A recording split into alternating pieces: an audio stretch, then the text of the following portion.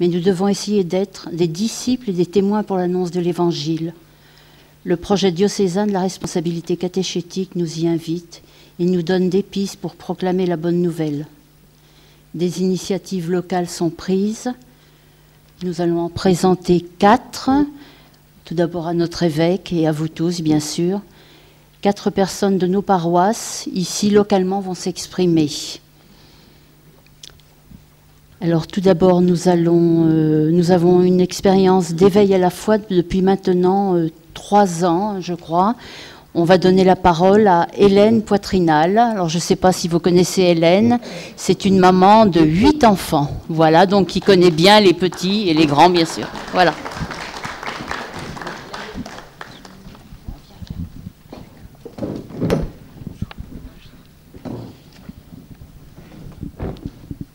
Donc, je m'appelle Hélène. Effectivement, on m'a confié un projet.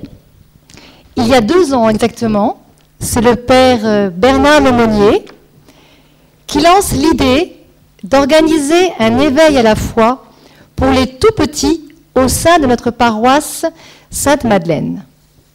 Il me confie ce projet. Nous prenions le risque de n'avoir personne. La paroisse avait déjà essayé les années précédentes et cela n'avait pas fonctionné. Nous nous disions, on est dans le Perche, ne nous attendons pas à avoir beaucoup d'enfants, voire pas du tout. Sous l'impulsion dynamique de Bernard, tout le monde s'y est mis. Nous avons fait un envoi de courrier, nous avons parlé aux familles concernées, paroissiens et catéchistes ont fait des appels. Nous avons décidé de faire 6 réunions dans l'année pour que cela ne soit pas trop lourd pour les enfants, encore tout petits, et pour les familles. 2 avant Noël, pour expliquer Noël, 2 avant Pâques, pour parler de Pâques, et 2 avant les grandes vacances, pour évoquer notamment Marie. Ces réunions durent 1 heure et elles ont lieu le mardi. Jusqu'au jour de la première réunion, il n'y avait que 4 inscrits, dont 2 de mes enfants. Cependant, le jour J de l'éveil à la foi, l'Esprit avait soufflé. Il y avait plus de 14 enfants, de 3 à 6 ans, sans compter grand-mère, père, maman qui étaient présents. Ces moments partagés avec les enfants sont forts en émotion. Le partage des chants et des prières gestuelles, l'écoute de la parole de Dieu, l'histoire de Jésus, apprendre à faire le signe de croix, sont les temps marquants de cette réunion. Et puis, nous terminons par un grand jeu dehors quand il fait beau. Dans le groupe, il y a des enfants non baptisés, mais qui vont l'être. Ces derniers n'ont généralement jamais entendu parler de Dieu. Et puis, il y a ceux qui en savent un tout petit peu plus, et ceux qui connaissent déjà le « Je vous salue Marie ». À chaque réunion, il y a eu la présence d'1 ou 2 adultes. Les réunions se sont toujours très bien passées avec un minimum de 10 enfants, pour la seule paroisse de Sainte-Madeleine. Cette expérience d'éveil à la foi est joyeuse, car elle témoigne de la volonté des familles d'apporter à leurs enfants autre chose que ce que la société de consommation leur donne. C'est une volonté réelle des familles de renouer avec la religion. Nous, les parents, reconnaissons notre ignorance. Il y a en effet une prise de conscience, diffuse mais bien réelle. Nous souhaitons transmettre notre foi et la faire connaître dès le plus jeune âge. De faire connaître dès le plus jeune âge que l'amour de Dieu est la vraie signification de nos fêtes chrétiennes. En effet, ces fêtes, elles sont trop souvent devenues par la force des choses commerciales. Je suis touchée par les parents qui, après une journée harassante de travail, viennent dans notre modeste local paroissial pour que leurs enfants entendent parler de Dieu. Cette volonté est d'autant plus belle et émouvante qu'elle nous vient d'une société qui tente de nous faire croire que l'on n'a pas besoin de Dieu pour être heureux, une société qui nie l'existence de Dieu et qui nous attire vers la seule satisfaction de nos besoins matériels. C'est donc l'impression de toucher au cœur des familles, de faire connaître à l'enfant, mais aussi à ses parents, que Dieu est amour. Pour moi, personnellement, cette expérience est très enrichissante, car il me faut trouver les mots les plus simples pour parler de Dieu. Bien que les enfants me donnent l'impression que leur connaissance de Dieu est innée chez eux. Elle ne demande qu'à être éveillée. Ce fut aussi l'occasion de rentrer un peu dans une équipe. J'ai eu en effet l'impression de ne pas être seule, que nous étions tous responsables de ce projet, que nous faisions Église. Cette expérience d'éveil à la foi est enrichissante aussi de par la relation qui naît avec les enfants, l'émotion de les éveiller avec leurs parents à la prise de conscience que Dieu les aime, que Dieu ne les juge pas, que Dieu est présent au cœur de nos vies et qu'il se donne chaque jour à nous si on veut bien lui ouvrir la porte de notre cœur. Ce moment partagé avec les enfants est aussi une grâce parce que la prière commune que nous faisons ensemble est belle. Rien n'est plus beau que de prier avec les enfants. Ils prient de tout leur corps et de tout leur cœur. L'impression, comme je le disais précédemment, de toucher les parents, de les aider ainsi à transmettre trop souvent cette foi qui est enfouie par pudeur et en raison de notre société qui voudrait nous faire oublier l'essentiel de notre vie, Dieu. Mais à cette joie profonde, il est cependant important de souligner quelques difficultés que nous pouvons rencontrer. Il ne faut pas non plus se voiler la face. Il ne faut pas non plus se recroqueviller entre nous, croyants et pratiquants. Il faut s'ouvrir aux autres afin de faire connaître notre foi au sein même de notre quotidien, de notre vie de tous les jours. La première difficulté est de fidéliser ces enfants qui viennent que 6 fois dans l'année. Les familles font la démarche de venir, mais en fait, elles ne s'inscrivent pas toujours. Elles préfèrent ne pas prendre de réel engagement. Pour l'instant, nous avons toujours eu du monde, mais cela pourrait s'arrêter. La seconde difficulté, elle réside dans la communication. En effet, ce n'est pas facile de relayer l'information auprès des familles, car les messages se font essentiellement à la messe ou dans le journal paroissial. Et il y a peu de familles qui viennent à la messe et peu d'enfants. Oui, les familles viennent de temps en temps dans le cadre des messes dites de famille, dans une démarche pour préparer leur enfant au sacrement. Mais une fois le baptême, la communion, la profession de foi passée, ils n'y vont plus très souvent. Moi-même, qui ai des enfants à l'école, c'est très difficile de parler aux parents de mon activité d'éveil à la foi. Même s'il m'est arrivé un jour de témoigner un tout petit peu. En effet, pour rendre service, j'ai emmené à plusieurs reprises des enfants de la maternelle à l'éveil à la foi. Et devant leur nombre et leur enthousiasme, la directrice de l'école et l'institutrice et les autres parents d'élèves ont été très intrigués de savoir ce que je faisais avec cette bande d'enfants qui avaient l'air si heureux et si contents.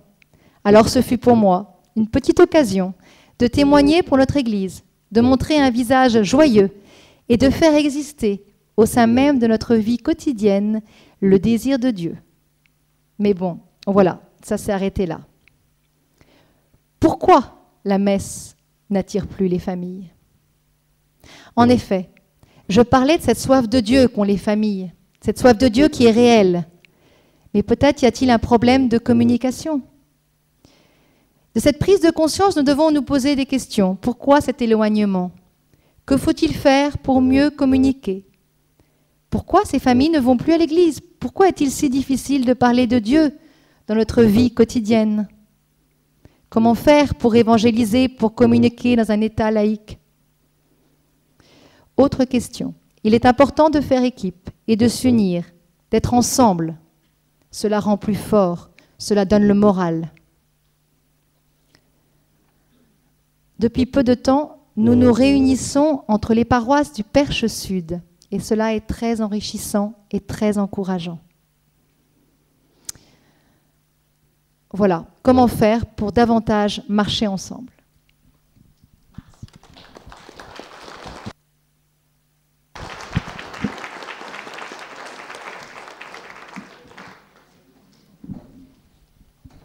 Bon, merci Hélène. Nous allons entendre maintenant c'est Geneviève, prieure, que vous connaissez sûrement. Elle va nous parler, alors j'ai intitulé « Autour de la voie verte ». Alors je ne sais pas trop ce qu'elle va nous dire. Hein.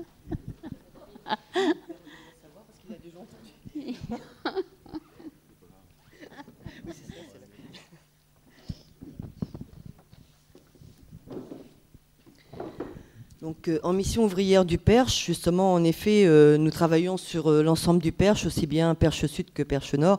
C'est pour ça que je m'excuse auprès du Père évêque, il aura déjà entendu ce que je vais dire, quoi. Mais enfin bon, c'est aussi important que vous l'entendiez, je pense.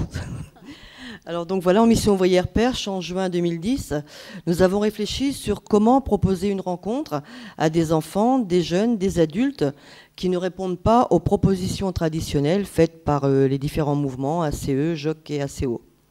C'est ainsi que l'idée a germé d'une randonnée sur la voie verte, ouverte à tous, avec un repas convivial ensuite.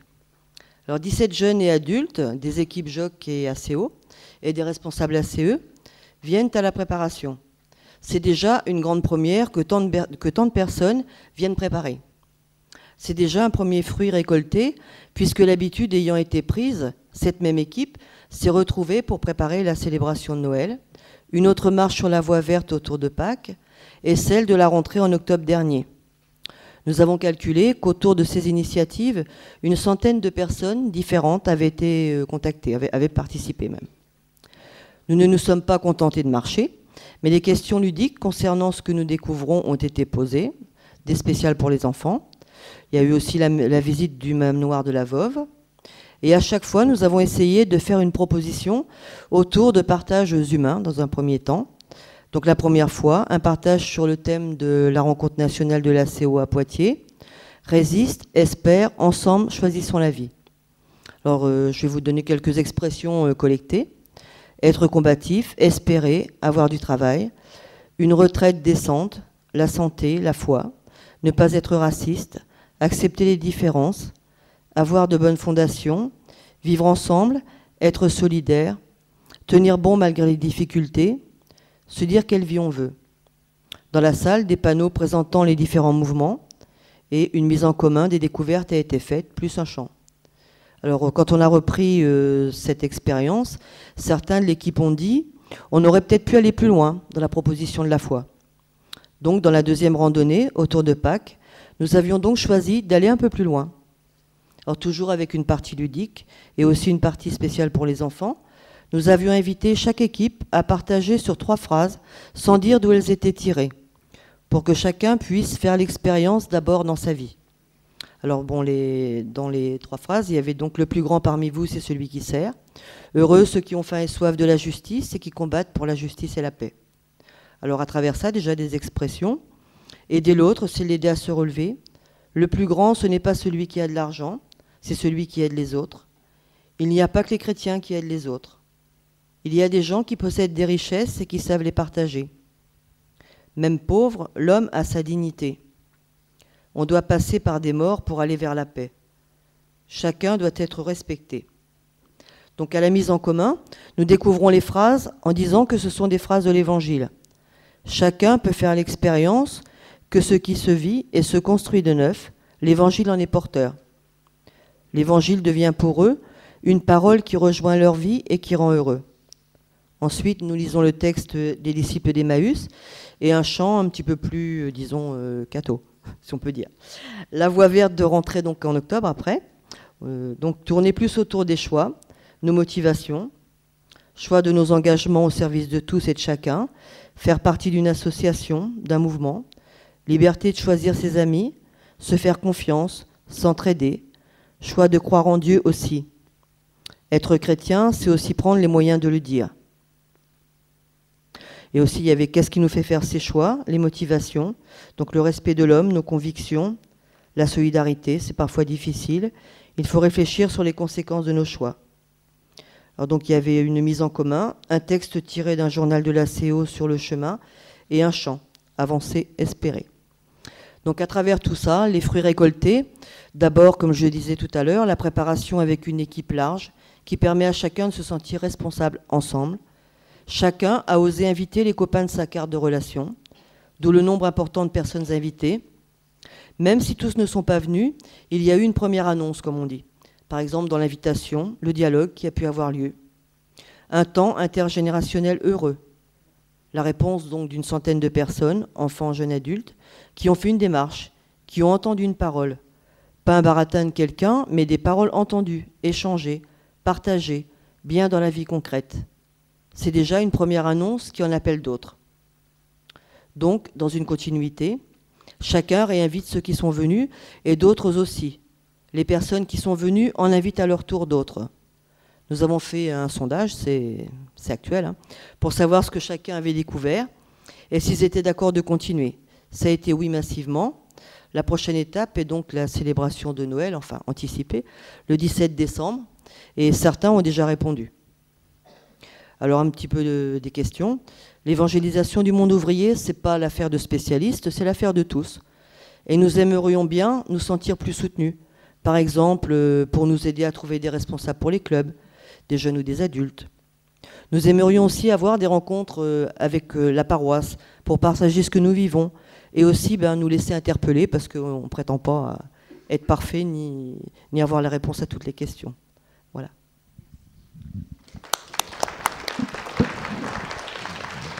Voilà, merci Geneviève. Alors maintenant, nous allons, vous voyez sur votre feuillet, le B.A.B.A. Alors je ne vous dis pas ce que c'est, vous allez découvrir. Et les dimanches déployés. Alors c'est marqué Marianne, que voilà, et Christiane est absente, elle a un deuil, je crois. Alors c'est Anne-Marie, puis Raymond. Oui, vous deux, vous faites le B.A.B.A. et Raymond qui, disons après, à la place de Christiane Gobert, qui va parler des dimanches déployés.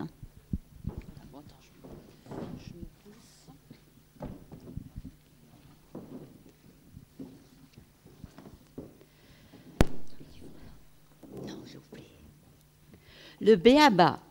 Le B.A.B.A. de Dieu, c'est d'être le Père. Vous constatez le jeu de mots Abba, Papa, dans la prière de Jésus. B.A.B.A., ce sont les rudiments de la foi. Proposé par le diocèse, il se situe dans la ligne du projet diocésain Disciples et témoins pour l'annonce de l'Évangile. Nous l'avons proposé plusieurs fois dans notre paroisse. Qu'est-ce que le B.A.B.A.? C'est une démarche et non un parcours. C'est un esprit et non un programme. C'est une ouverture de cœur, un respect de chacun, de son histoire. Basé sur la pédagogie de l'initiation, il voudrait permettre d'entrer en douceur dans une expérience de foi à partir de l'expérience humaine des personnes. Le B.A.B.A. peut prendre la forme d'un petit déjeuner le samedi ou le dimanche matin ou d'une tasse de café un soir. Il se déroule en 4 séances d'une demi-heure environ chacune. 4 invités réunis autour d'une table avec un accompagnateur qu'on appelle le frère aîné dans la foi. Il y a aussi 2 serveurs qui veillent au déroulement et qui servent et la parole de Dieu et les vivres. Donc, un itinéraire de découverte en 4 séances. Séquence, oui. La première séquence, carte sur table. L'expérience humaine où Dieu survient comme question. Dans le groupe de 4 à 5 personnes, chacun reçoit un jeu de cartes pour faire connaissance et déchiffrer la question du jour. Il choisit 1 ou 2 cartes qui lui parlent particulièrement. Ensuite, chacun, s'il le veut, s'exprime à tour de rôle sans être interrompu par les autres. Il est important que chacun écoute et se sente écouté. un temps où l'on échange ses convictions, ses questions, ses doutes et ses attentes. Cette expérience humaine est le point de départ de chaque petit déjeuner.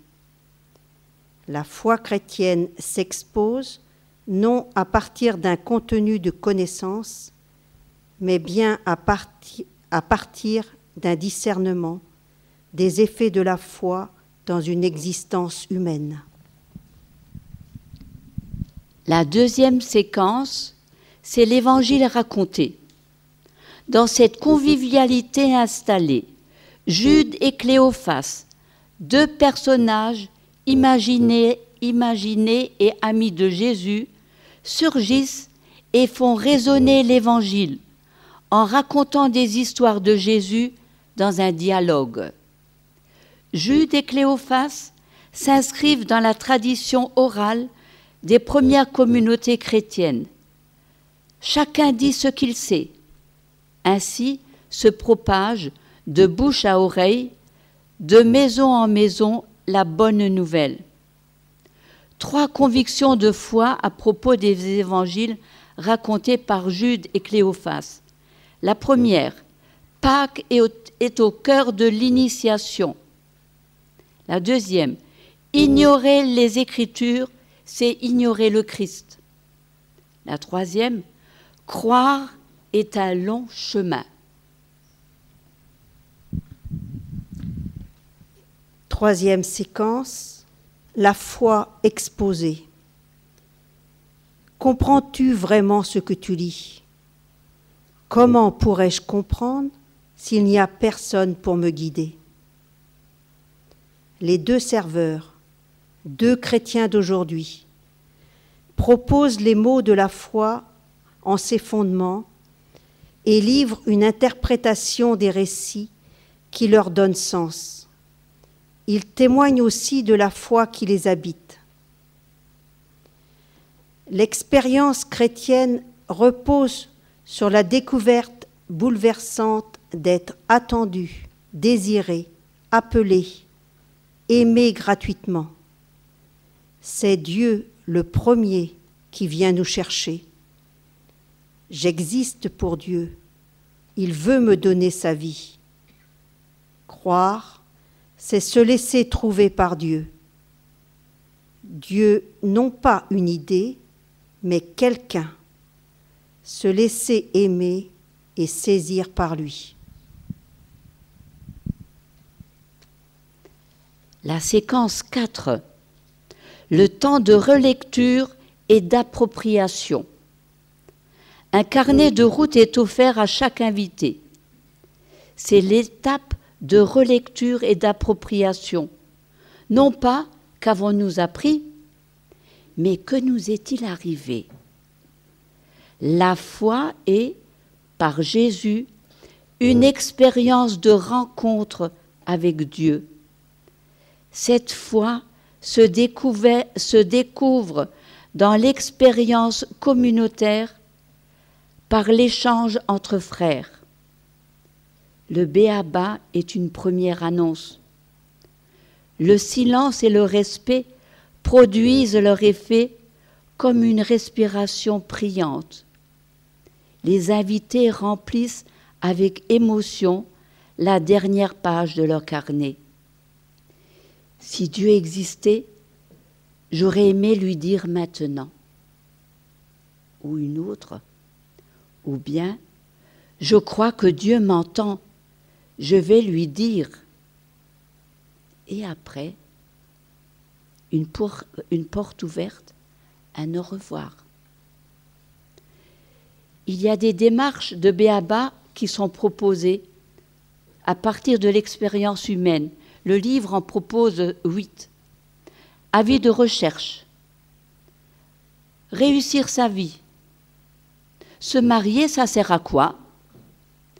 Être parent, une galère, une passion? Pourquoi la souffrance? Croire en la vie malgré tout. Les autres ont besoin de moi. Jésus-Christ, pourquoi lui? Et maintenant, l'expérience modeste de notre paroisse. Nous avons déjà l'an dernier et samedi dernier proposé cette démarche aux parents dont les enfants font route vers la première communion et vers la profession de foi. Nous avons proposé 2 démarches, avis de recherche et Jésus, pourquoi lui ? Ce qui est intéressant dans cette démarche, c'est une proposition, une invitation. Les gens répondent ou ne répondent pas. Il peut y avoir 4 personnes ou 15.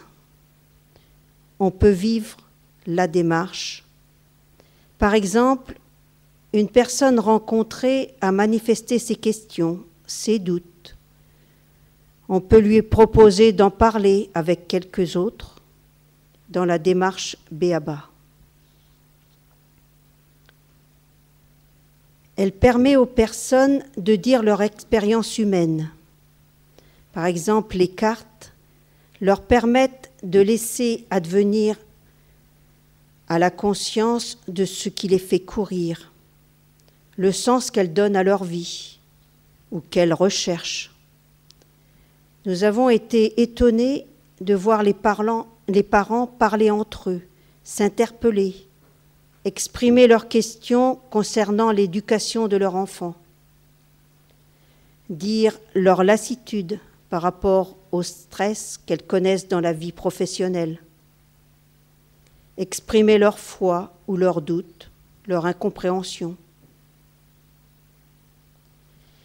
Elle permet d'entrer dans l'Évangile et dans l'expérience de Jésus, avec ce qu'il rencontre et avec Dieu son Père. Par exemple, sans connaître le récit évangélique, les parents se sont reconnus, les uns dans Zachée ou Nicodème, d'autres dans le berger à la recherche de sa brebis, ou dans le jeune homme riche. Elle permet une démarche tout à la fois communautaire et personnelle.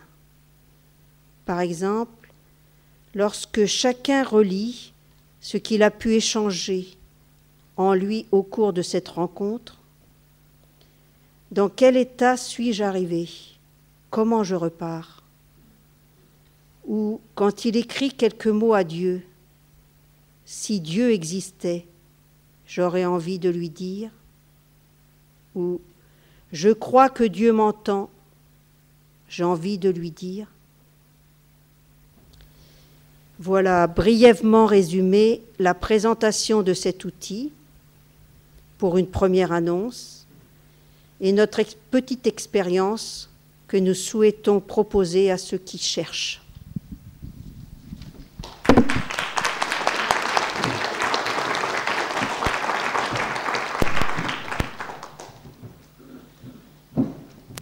Merci Anne-Marie et Marianne. Maintenant, nous allons entendre le Père Hébert qui va nous parler des dimanches déployés dans la paroisse de Rémalard.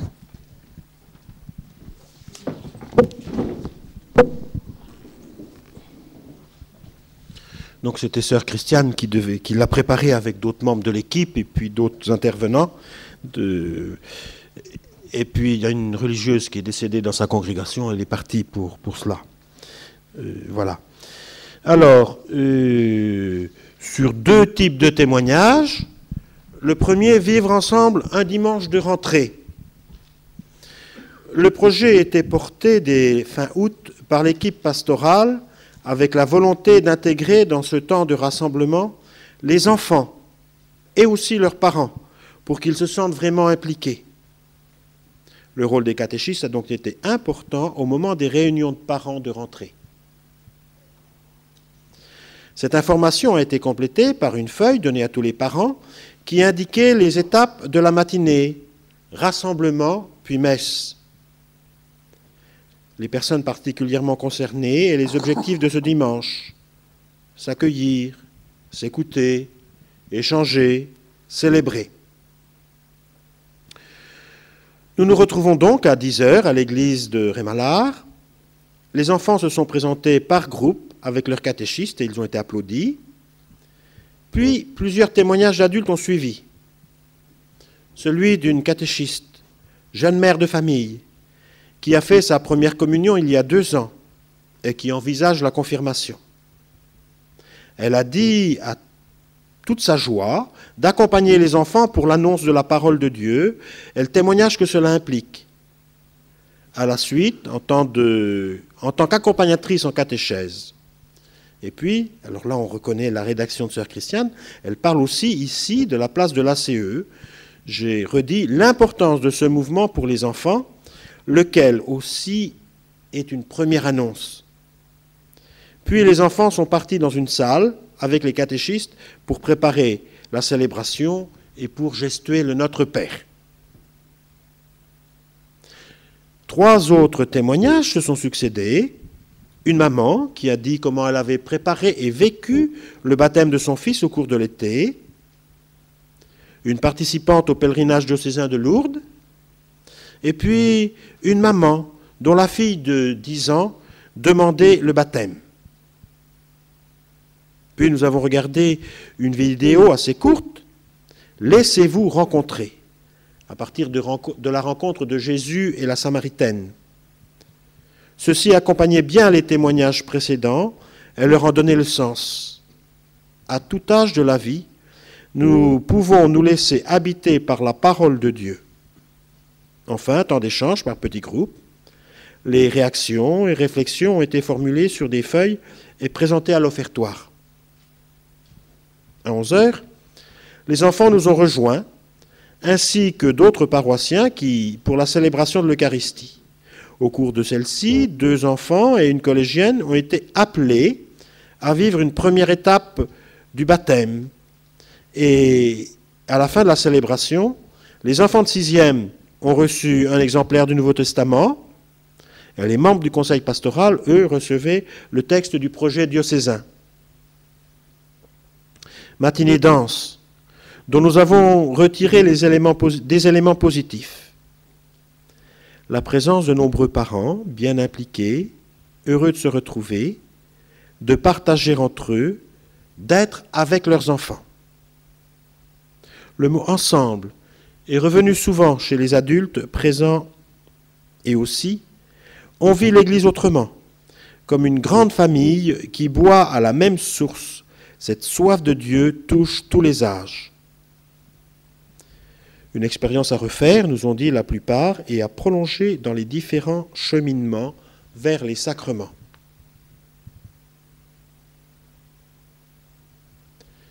Donc c'était l'expérience de dimanche de rentrée en 2010. Et puis, il y a maintenant la marche paroissiale. Depuis 3 ans maintenant, une marche paroissiale est proposée à tous au printemps.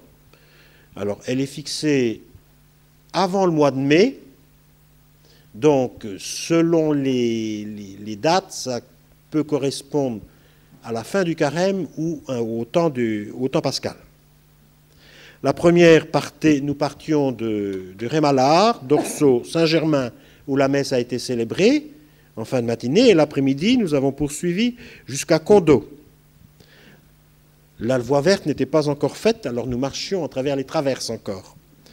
La deuxième année, Bellou-Saint-Maurice, elle n'était pas inaugurée, mais le sable était déjà bien placé, et l'après-midi, nous avions poursuivi jusqu'à Maison-Maugis.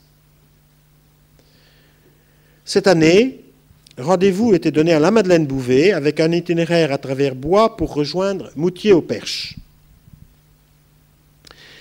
Les enfants, avec leurs parents, des jeunes et des moins jeunes, adultes se sont rassemblés dans l'église de la Madeleine à 9h30. La parole de Dieu, l'aveugle-né, a été proposée en chœur parlé, forme de mise en scène dynamique dégageant l'essentiel du texte d'origine. Le départ est donné par petits groupes, les enfants avec les catéchistes présentent, des parents. Ils prépareront un mime à partir du texte de l'aveugle-né. Les adultes partent avec 3 questions autour du texte entendu. Qu'est-ce qui m'a parlé dans le texte entendu? Qu'est-ce que cela me révèle de Jésus? Comment cela me parle dans ma vie de croyant? Des temps de pause étaient prévus pour cette réflexion avec quelques personnes qui essayaient d'animer et de prendre quelques notes pour le partager ensuite. La réflexion s'est continuée en marchant. Cela a été très riche. Dès 11 heures, les parents et les personnes qui n'ont pu faire la marche rejoignent le groupe des marcheurs à l'église de Moutier pour la célébration du dimanche, préparée par dans l'église où on nous accueille, avec chants festifs et puis un accompagnement à l'orgue magnifique. Suit le pique-nique tiré du sac avec toutes les personnes qui le désirent ou le peuvent. Alors entre ceux qui ont fait la marche et puis ceux qui sont restés au pique-nique, il y a déjà un changement de groupe selon les... Voilà, on peut nous rejoindre. En début d'après-midi, le groupe restant part à la découverte d'un calvaire nettoyé par la commune et puis fleuri par des habitants pour la circonstance. Là a lieu une mise en commun très brève de la réflexion du matin, suivie d'une prière spontanée et du Notre Père. Les enfants, dont plusieurs sont repartis avec les parents après la messe, avaient exprimé leur mime devant tous sur le parcours du matin. Nous avons vécu là un temps intergénérationnel, très fort. Un temps de célébration eucharistique, un temps convivial d'accueil, de partage, d'amitié. Nous avons d'ailleurs relaté cela dans les pages d'un actualité en septembre, dans les pages communes qui étaient reprises par le diocèse. S'il y en a qui ont bien retenu, ça correspond à ce témoignage-là. C'est le numéro de septembre. Donc voilà ces deux témoignages à travers un dimanche matin de rentrée et puis ces marches paroissiales.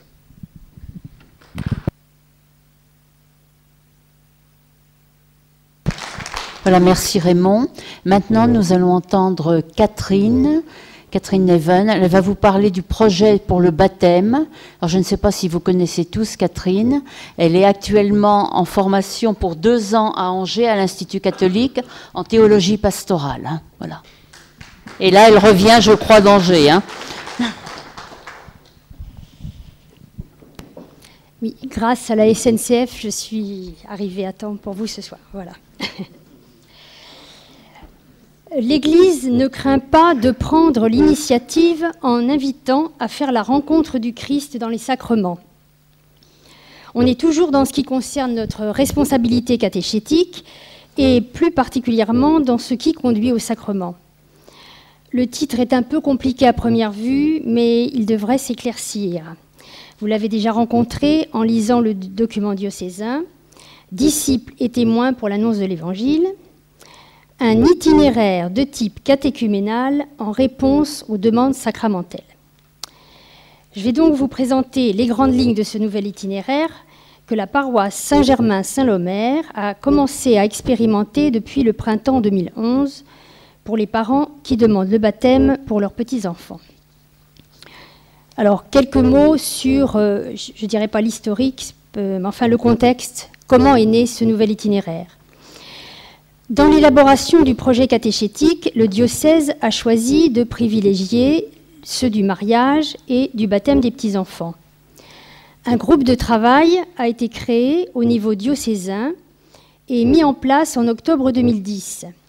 Il se compose de 15 personnes, des prêtres, des diacres, des responsables de ces services venant des 7 doyennés, autour du père Jacques Roger, coordinateur.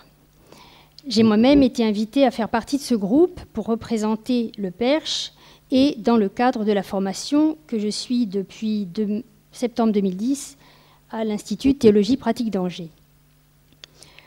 Nous nous sommes réunis régulièrement assez depuis 1 an, d'abord tous ensemble, puis séparément, le groupe mariage d'un côté, le groupe baptême de l'autre. Le constat de départ était d'ailleurs commun, la grande diversité des couples ou parents qui viennent demander le sacrement. Et en même temps, souvent, un certain éloignement de la vie ecclésiale. Certes, dans le cas du baptême, ce sont les enfants qui reçoivent le sacrement, mais ce sont les parents qui le demandent. Et l'objectif a été de leur proposer une démarche catéchuménale avec 2 principes essentiels. Un accueil des personnes là où elles en sont, sans juger, et une proposition, celle d'un itinéraire qui s'inspire de la pédagogie du Christ lui-même, ce qu'on appelle la pédagogie d'initiation, là encore un terme qui commence à vous être un peu plus familier. Alors, un itinéraire, qu'est-ce à dire ? Cela sous-entend une marche, un chemin. On va donc cheminer ensemble. Cela se traduit aussi par des étapes pour accueillir le sacrement comme un don et rencontrer le Christ dans sa parole, dans ses gestes et ses témoins. Ça demande donc un peu de temps. Donc, je vais vous présenter rapidement comment nous avons expérimenté cet itinéraire dans notre paroisse au printemps dernier, en précisant tout de suite que nous avons travaillé sur ce projet depuis et que ce projet est abouti à peu près à une forme définitive maintenant. On demandera au Père Jacques Roger tout à l'heure de confirmer. Cet itinéraire a été intitulé « Je t'ai appelé par ton nom » et comporte plusieurs étapes, 3 étapes et le sacrement lui-même. Nous avons regroupé une dizaine de familles qui avaient demandé le baptême entre Pâques et la Pentecôte, et nous avons fixé un calendrier de rencontres, à savoir la première étape un vendredi soir, et les étapes 2 et 3 ont été regroupées un dimanche matin pour éviter trop de déplacements des parents. Alors, étape 1, Dieu m'appelle par mon nom.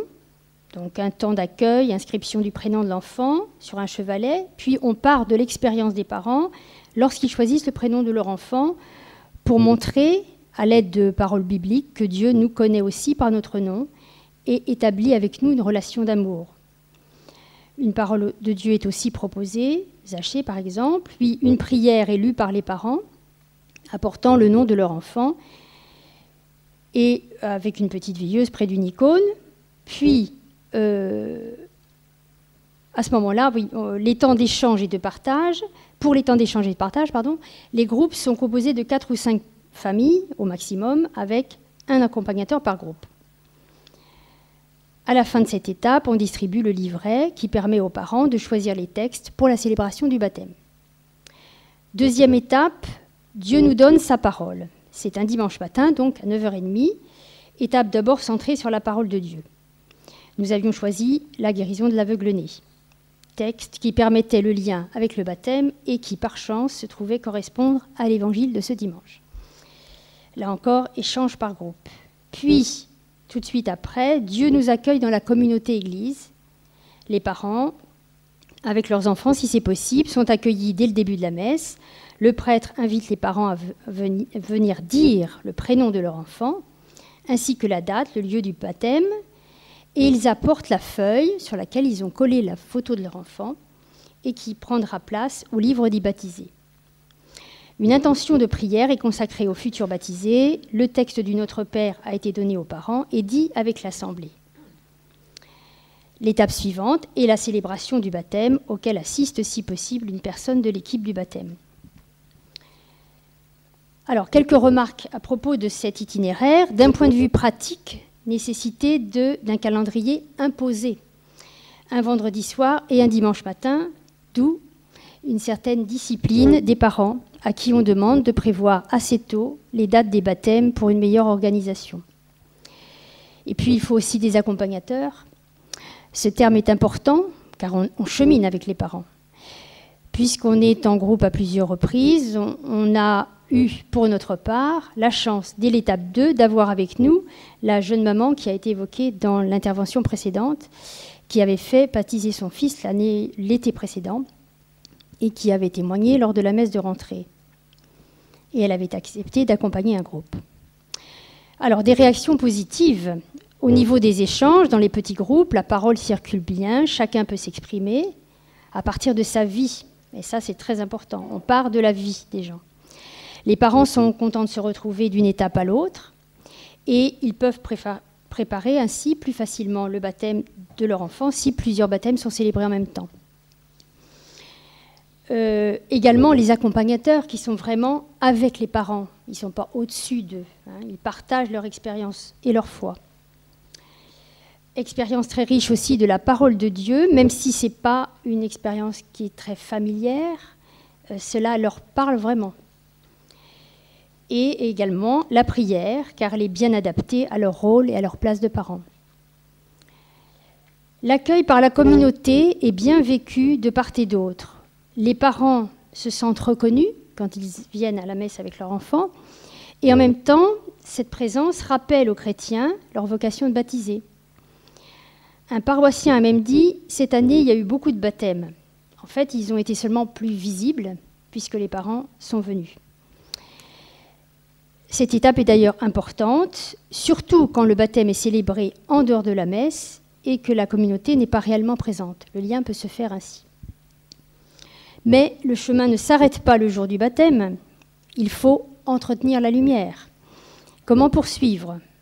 Comment rejoindre les parents et leurs enfants après? La réponse n'est pas très facile. Alors, quelques pistes avec de la documentation, peut-être des revues, des livres. Il y a ce beau livre En famille avec Dieu que certains connaissent peut-être déjà. Et puis, l'éveil à la foi, on a entendu ça tout à l'heure, quand il existe. Et justement, je crois qu'on va peut-être pouvoir avoir une piste interparoissiale, puisqu'il existe dans une paroisse toute proche. La possibilité aussi de rejoindre les chrétiens de la paroisse lors d'une fête ou d'un rassemblement, ou d'une marche paroissiale, comme on a dit tout à l'heure. Alors, on demande les adresses Internet des parents, et comme ça, on peut essayer de les rejoindre plus facilement. Tout est bon dans la communication. Donc vous voyez qu'il s'agit d'une proposition qui essaie de faire découvrir un peu plus le Christ, de se mettre en route avec lui. On fait une partie du chemin avec les familles, mais le vrai guide reste l'Esprit Saint et nous lui faisons confiance.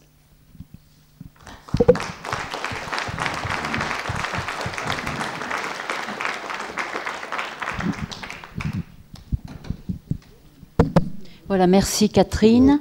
Alors maintenant, on a prévu ce que j'ai appelé un temps d'échange. C'est plutôt si vous avez quelques questions à poser, mais vous allez limiter les questions vraiment au sujet qu'on vient d'entendre. Hein, parce qu'après, il y a prévu un temps de carrefour où vous pourrez discuter plus longuement entre vous. Hein. Alors posez quelques questions, des éclaircissements, et après nous donnerons la parole à notre évêque.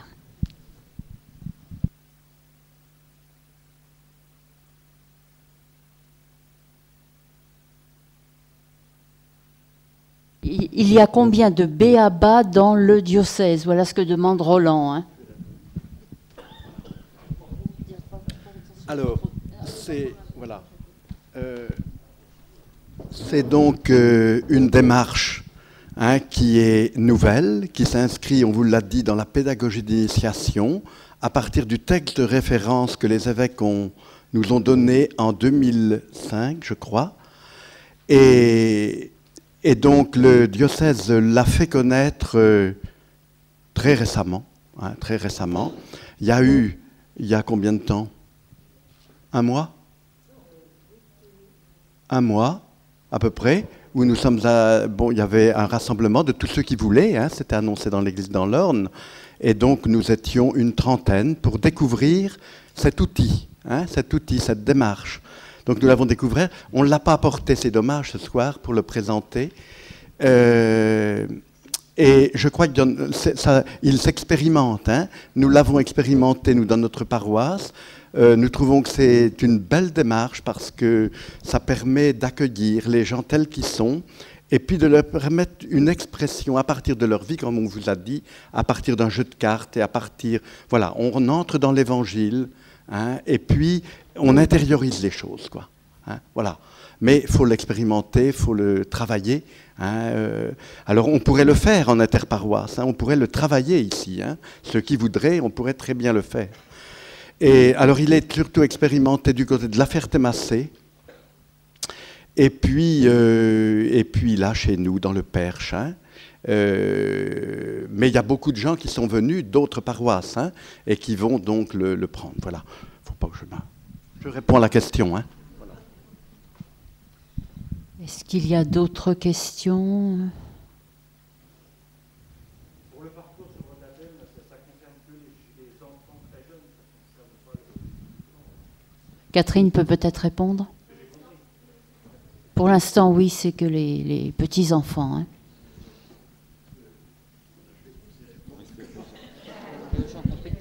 Pour les enfants en âge scolaire, il vient de paraître un excellent parcours qui s'intitule, je n'ai plus le nom en tête, mais bon, qui vient de sortir là. Et pour les enfants en âge scolaire. Pour les enfants en âge scolaire, oui. il y a deux, voilà. Sur le même modèle, un parcours pour la première communion, Oui. Et un autre qui est baptême. Et première communion. Et un autre qui est baptême et première communion. Ensemble. Voilà, oui, c'est ça. Après, il y a le catéchuménat pour les adultes, mais là, c'est pour les parents qui demandent pour leurs petits.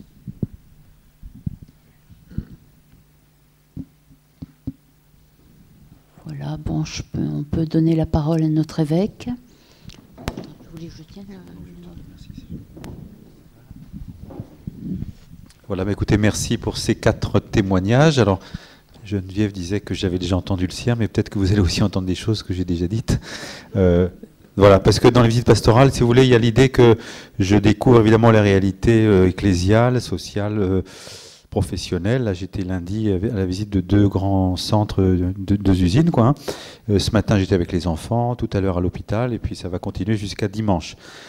Ces visites ont vraiment le but de m'initier davantage encore. Ça fait déjà pratiquement 1 an que je suis avec vous, et c'est vrai que c'est dans la mesure où je vais découvrir, écouter, comprendre de l'intérieur qu'ensuite, on pourra, avec l'équipe épiscopale, si vous voulez, trouver des orientations pour la vie de notre diocèse. Alors c'est vrai que quand je suis arrivé dans le diocèse, il y a eu un document qu'on m'a donné, et puis dont vous faites souvent référence dans la soirée, c'est donc « Disciples et témoins ». Et j'aime bien repartir de ce titre, Disciples et témoins pour l'annonce de l'Évangile, pour souligner le fait que l'ordre des mots n'est pas du tout indifférent. C'est disciples et témoins. Et donc, voilà, on est d'abord disciple pour ensuite devenir un témoin. Et c'est vrai que Jésus, dans l'Évangile, on voit, il va choisir ses apôtres parmi les disciples. Ça vient un peu après dans les Évangiles en général, à part peut-être dans l'Évangile de Saint Jean, mais en même temps, quand ils sont appelés au début, ce ne sont pas encore strictement des apôtres. Alors donc, je dis ça pour vous dire qu'il faut qu'on soigne notre qualité de disciples les uns et les autres, parce que c'est dans la mesure où on sera de bons disciples qu'après on découvrira comment, dans des choses qui sont très différentes et c'est souvent complémentaires, comment on peut devenir de bons témoins. Alors aujourd'hui, vous voyez, la messe, j'ai célébré la messe à l'hôpital, et donc voilà, Jésus nous parlait justement de ce qu'est le disciple. Jésus dit « Venez à moi, vous tous qui peinez sous le poids du fardeau, je vous procurerai le repos. Devenez mes disciples, car je suis doux et humble de cœur. » Le disciple, c'est celui qui essaye de se former à l'école du Christ. Et c'est vrai que devenir disciple, c'est soigner notre relation au Seigneur.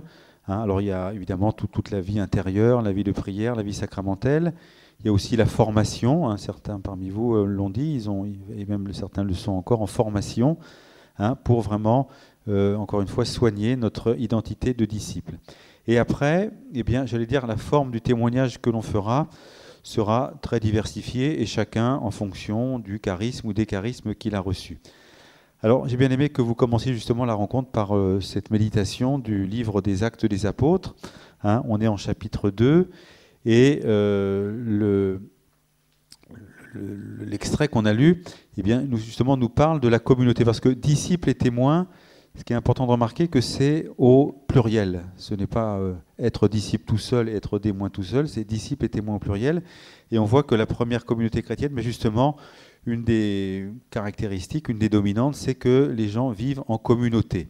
Le mot revient, vivre en communion fraternelle. Alors, ces accents que la première communauté chrétienne dégage, ils sont pour nous normatifs. C'est-à-dire que ce que vivaient les premiers chrétiens, nous, 21 siècles après, on essaye de vivre la même chose, alors dans un contexte culturel, social différent, avec aussi derrière nous 2000 ans de tradition. Mais il y a quoi ? Il y a l'enseignement des apôtres, donc c'est tout ce qui est, on pourrait dire, l'écoute de la parole. Il y a la fraction du pain, c'est comme ça qu'on appelait d'une façon première l'Eucharistie. Il y a aussi le fait de vivre dans l'allégresse, dans la simplicité. Et puis il y a la dimension du partage. On partageait pour que, on répartisse entre tous selon les besoins de chacun. Donc il y a une idée à la fois de soigner sa relation à Dieu, de le célébrer à travers la fraction du pain. Bon, on parle aussi de la louange. Et puis, cette simplicité, cette fraternité, cette allégresse. Et bien sûr, la dimension, on pourrait dire sociale, hein, si on voulait prendre un mot plus contemporain, qui fait qu'on partage et on est soucieux du bien-être des uns et des autres. Alors, cette communauté fraternelle, vous l'avez aussi remarqué, elle est quand même déjà, alors c'est tout à fait encore au début, mais elle est un peu structurée parce qu'on nous parle des frères. Les frères étaient fidèles, donc voilà, on dit qu'une espèce de grande unité. Et puis, en même temps, on nous parle des apôtres, on nous parle de l'enseignement des apôtres. On nous parle aussi des signes et des prodiges qu'accomplissaient les apôtres. Donc on voit déjà que ce peuple, qui est un peuple de frères, il a déjà une petite structuration à travers l'existence et la mention des apôtres. Alors ça aussi, dans notre vie en Église, c'est quelque chose sur lequel j'aime bien revenir, hein, et notamment en faisant allusion au Concile Vatican II. Vous savez, le Concile Vatican II, on va fêter le 50e anniversaire de son ouverture. Et quand on lit un des grands textes qui s'appelle Lumen Gentium, qui est sur justement la constitution de l'Église, voilà, d'abord il y a un premier chapitre, on disait le mystère de l'Église. Alors il y a beaucoup d'images qui sont proposées, hein, ce qui veut dire que l'Église, on ne peut pas la définir simplement d'une façon unique. Hein, c'est l'ensemble des images qui se complètent, qui se renvoient l'une à l'autre. Et puis ensuite, le Concile dit l'Église, c'est le peuple de Dieu. Alors ça, on a souvent présenté ce titre un peu comme un des grands renversements du Concile Vatican II, non pas en l'opposant, mais disons en le mettant en regard du Concile Vatican I. Le Concile Vatican I, il avait notamment insisté sur la hiérarchie, et notamment sur le pape. Hein, c'était le concile qui a proclamé le dogme de l'infaillibilité pontificale. Et donc voilà, il y a une espèce de rééquilibrage que donne Vatican II en disant, eh bien, l'Église, c'est le peuple de Dieu, mais au chapitre 3, on dit ce peuple de Dieu, il est aussi structuré par les ministères. Hein, donc le ministère épiscopal, presbytéral, donc des prêtres, et diaconal. Hein. Donc ça n'empêche pas que tout le monde vive comme des frères dans le peuple de Dieu, mais chacun doit trouver, en fonction du charisme et du ministère qu'il a reçu, sa place. Et donc là, il y a quelque chose qui se joue, à mon avis, très, très important dans la vie de l'Église. Hein, ça a été vrai tout le temps, mais peut-être qu'aujourd'hui, c'est sensible particulièrement, hein, parce que justement, Vatican II a voulu redonner toute la place au ministère des laïcs, en insistant notamment sur la sainteté du baptême, et en même temps, ça n'a pas aboli, si vous voulez, la place du ministère ordonné, hein, quel qu'en soit le degré, évêque, prêtre ou diacre. Et il y avait un prêtre de mon diocèse qui avait écrit un livre, dans mon diocèse, pardon, je devrais dire dans le diocèse de Créteil, qui n'est plus du tout mon diocèse, qui s'appelait « Prêtre et laïc, un couple à dépasser ». Alors c'était un peu avec de l'humour, mais il voulait signifier par là que chacun dans la mission de l'Église doit trouver la place qui est la sienne et bien tenir justement ce qui est attendu de lui.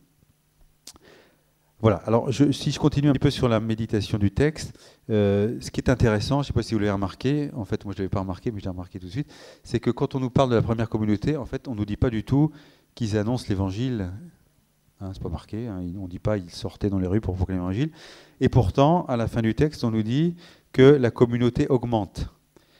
Hein, auprès de tous les jours, le Seigneur faisait entrer dans la communauté tous ceux qui étaient appelés au salut. Alors ça ne veut pas dire qu'il ne faut pas annoncer l'évangile, hein, parce que vraiment si je disais ça, je ne serai pas évêque, mais ça veut dire que là, on voit que la croissance de la communauté ne dépend pas d'abord d'une annonce explicite de la foi, mais plutôt d'un témoignage qui se donne dans la façon dont les gens vivent. Hein, et c'est vrai que là, ça me paraît vraiment très important de le souligner. Hein, la première annonce, la première évangélisation, bon, il y a beaucoup de termes aujourd'hui qu'on entend, eh bien, elle commence par cette adéquation entre le message et le messager. C'est-à-dire que parce que la communauté vit d'une façon qui est celle qui est décrite, eh bien, c'est déjà un signe, c'est déjà un témoignage, c'est déjà une évangélisation. Et le texte nous dit, voilà, la communauté grandissait. Alors, il ne faut sûrement pas idéaliser, hein, parce que si vous lisez le chapitre 5 des Actes des Apôtres, vous verrez qu'ils mettaient tout en commun. Ben, en fait, c'était pas tout à fait vrai, parce qu'il y en a qui gardaient pour eux, qui volaient, mais bon, voilà, donc c'est pour nous dire qu'il faut se rassurer. Des fois, on se dit, dans notre Église, c'est pas parfait, on n'est pas tous des saints, on n'est pas tous à la perfection de la communion. Bon, ça a toujours été comme ça. Il faut tendre, vraiment, c'est un exemple qui nous est donné, mais c'est dans une tension, et des fois, dans la pauvreté même de notre humanité, de nos tempéraments, de nos psychologies, hein, de nos faiblesses humaines, mais à travers lesquelles le Seigneur peut passer. Donc il y a cette communauté qui grandit par ce témoignage visible, et puis aussi très important, hein, il louait Dieu et trouvait un bon accueil auprès de tout le peuple. C'est-à-dire que cette communauté, je vais employer une expression un peu vieille, elle est bien vue, quoi. Elle est, hein, alors ça ne veut pas dire qu'après il n'y aura pas des problèmes, et notamment il n'y aura pas la question du martyr qui se posera, hein, parce qu'ils seront martyrisés, les premiers chrétiens, mais là, il trouvait un bon accueil auprès de tout le peuple, hein, et c'est vrai que c'est aussi une dimension sur laquelle le Concile Vatican II a insisté, hein, en parlant, dans un terme un peu général, des hommes et des femmes de bonne volonté avec lesquels les chrétiens se trouvent, si vous voulez, en connivence et en sympathie, au sens fort de ce terme, et même si la question de la foi après peut nous séparer en disant, voilà, quelqu'un vous dira, je ne suis pas croyant, et pour autant, ce que vous faites, ce vers quoi vous tendez, eh bien, voilà, j'ai une certaine sympathie envers vous. C'est important de savoir comment une paroisse, par exemple, est perçue dans une commune, hein, dans un ensemble, dans un canton. Hein. Est-ce que les chrétiens sont des gens, voilà, hein, même si on ne partage pas leur foi, on a une certaine estime pour eux, de même que nous pouvons avoir une estime bien légitime pour d'autres personnes qui ne sont pas de notre communauté. Alors voilà un petit peu, si vous voulez, la question de disciples, témoins, être des bons disciples pour devenir des témoins. Après, la question qui se pose aujourd'hui, c'est un peu la porte d'entrée, parce que le premier témoignage, vous avez beaucoup souligné le fait qu'on est dans un monde des fois qui est un peu sans Dieu, qui se passe de Dieu, qui fait comme si Dieu n'existait pas. Donc ça, souvent, ça peut nous heurter, hein, et puis nous faire souffrir d'une certaine façon, parce que cette immense chape de plomb, des fois, de l'indifférence peut parfois nous bouleverser.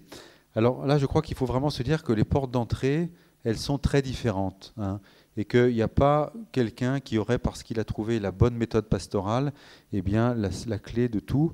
Hein. Il y a, moi j'en ai pointé quelques-uns, il y en a qui vont découvrir Dieu à partir des questions existentielles. Voilà, ils vont réfléchir au sens de leur vie, ils vont se retrouver sur le sens de leurs engagements. Il y en a d'autres qui vont le faire à travers des combats qu'ils vont mener pour plus de justice, de solidarité. Il y en a, ça va être à travers la beauté de la création, la beauté de la liturgie, une soif d'intériorité. Vous avez aussi des gens qui découvrent Dieu à travers l'épreuve de la souffrance. Ça, comme prêtre, c'est quelque chose que j'ai beaucoup découvert, et d'une façon des fois très étonnante, que des gens vivant des drames des fois épouvantables, célébrant un enterrement, avec une famille décimée, et puis 2-3 ans après, vous avez la maman qui revient et qui demande le baptême, alors même que cette épreuve aurait pu l'éloigner complètement de Dieu. Eh bien, alors ça ne veut pas dire que la question de la souffrance est résolue à travers le baptême, ou que ça abolit toutes ces questions, mais voilà, les portes d'entrée sont différentes. Des fois, ça peut être aussi après une expérience très heureuse, par exemple du mariage, de l'amour conjugal. Hein. Donc nous, ce qu'il faut, et le temps de l'Avent nous y invite, c'est qu'on soit un peu des veilleurs, des guetteurs, pour se dire, voilà, quel va être le chemin par lequel ma première annonce, mon témoignage va pouvoir passer, mais sans avoir d'a priori, et surtout sans vouloir absolument appliquer une grille qui devrait s'appliquer à tout le monde. Souvent d'ailleurs on est marqué par ce qu'on a vécu soi-même.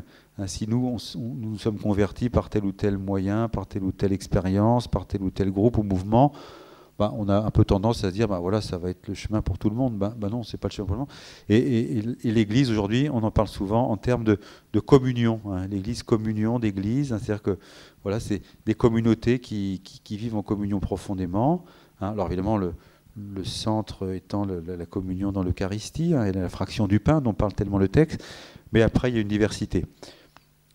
Je vais conclure en disant que non, parce que si je demande de me coucher plus tôt, il ne faut pas non plus que je parle pendant 1 heure. Voilà, je vais conclure en disant ce matin, on a eu une très belle rencontre avec les enfants du catéchisme, et ils avaient fait des petits mimes, des petits sketchs sur la vie des saints du département. Donc on a eu Saint-Latuin, Louise-Élie Martin, Saint-Jean-Eudes, les frères Vallée, enfin ils ne sont pas encore saints, mais le père curé de Montligeon à l'époque, qui n'est pas encore saint non plus. Mais ce qui était très intéressant, c'est qu'on avait une diversité de témoignages, hein, un évêque, un couple, des jeunes, voilà, et puis on a aussi parlé de Marguerite de Lorraine, enfin peu importe, et on voyait que chacun finalement dans une époque particulière, avec un conditionnement particulier de la société de son temps, eh bien, a pu témoigner, être un disciple et être un témoin de la foi, et qui nous nourrit encore aujourd'hui. Alors nous, dans une époque qui est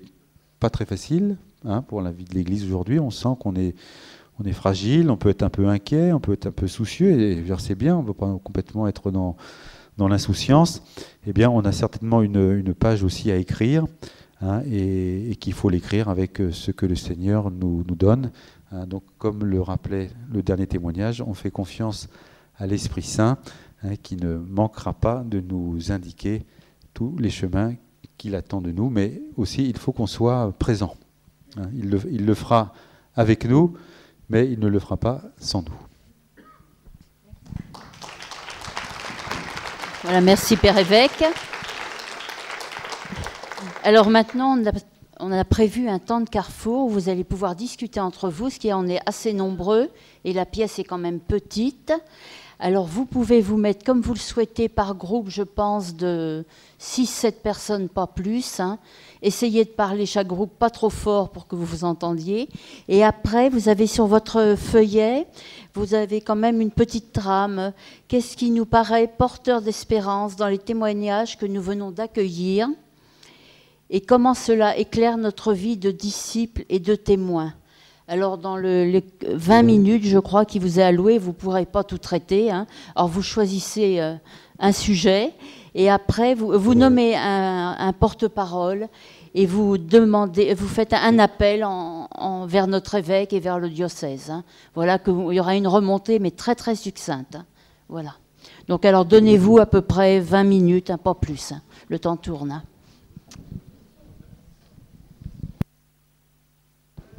Alors, retournez vos chaises ou mettez-vous par petits groupes comme vous voulez.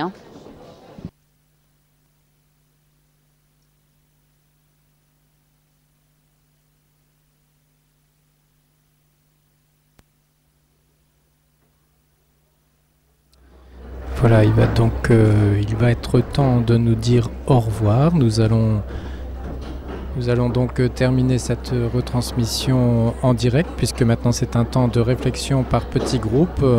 Et puis ensuite, il y a juste une petite mise en commun rapide. Et donc, je vous propose d'arrêter cette soirée en direct. Vous pourrez bien sûr la revoir ultérieurement, cette soirée, sur le site internet du diocèse de C, www.orne.catholique.fr. À bientôt donc.